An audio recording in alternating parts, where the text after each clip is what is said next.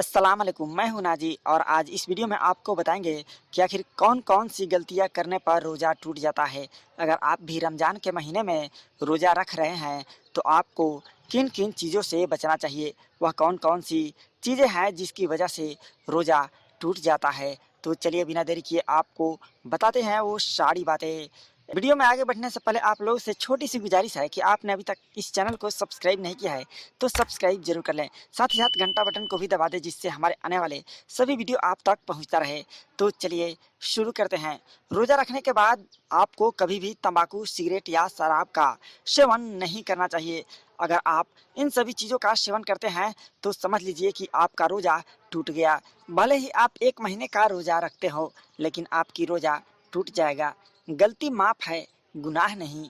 अगर रोज़ेदार रोज़े के दौरान कुछ खा लेता है तो उसका रोज़ा टूटा हुआ माना जाता है, लेकिन अगर आपने गलती से कुछ खा लिया है या फिर पी लिया है तो इससे रोज़ा नहीं टूटता है।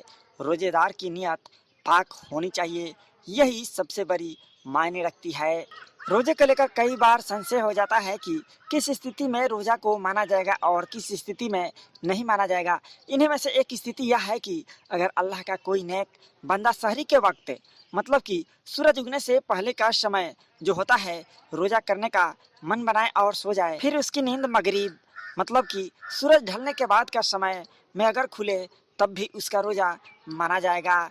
अगर किसी स्थिति में कोई खाने की चीज़ अगर कोई व्यक्ति रोज़ेदार के मुंह में ठूस दे और रोज़ेदार उसे ना चाहते हुए भी निगल जाए तो ऐसे में रोज़ा नहीं टूटता है। अगर किसी की धमकी या फिर डर की वजह से रोज़ेदार को कुछ खाना पड़ता है तो भी रोज़ा नहीं टूटता है। यहाँ एक बार फिर रोज़ेदार की नियत की ही बात आ जाती है।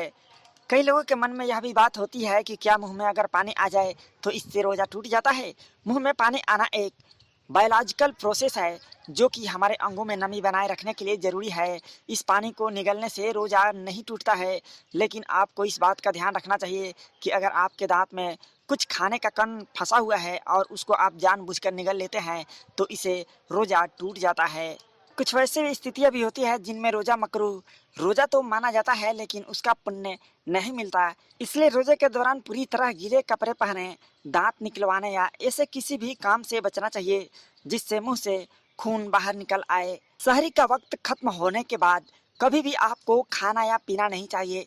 सहरी खाई लेकिन बाद में पता चला कि सहरी का वक्त खत्म हो चुका था तो इस स्थिति में भी रोज़ा टूट जाता है। इफ्तार के वक्त से पहले इफ्तार करना, गुमान हुआ कि कहीं अजान हो रही है तो रोज़ा खोल, लेकिन बाद में पता चला कि अभी भी वक्त नहीं हुआ था तो रोज़ा टूट जाएगा। रोज़े की हालत में मुस्तजनी करना, ये अमल तो इस्लाम में वैसे ही हराम है, लेकिन अगर रोज़े की हालत में इसे किया जाए तो रोज़ा टूट जाता है। रोज़ेदारों को रोज़ा के दौरान हम बिस्तरी करना, रोज़े की हालत में बीवी के साथ हम बिस्तरी करने पर रोज़ा टूट जाएगा।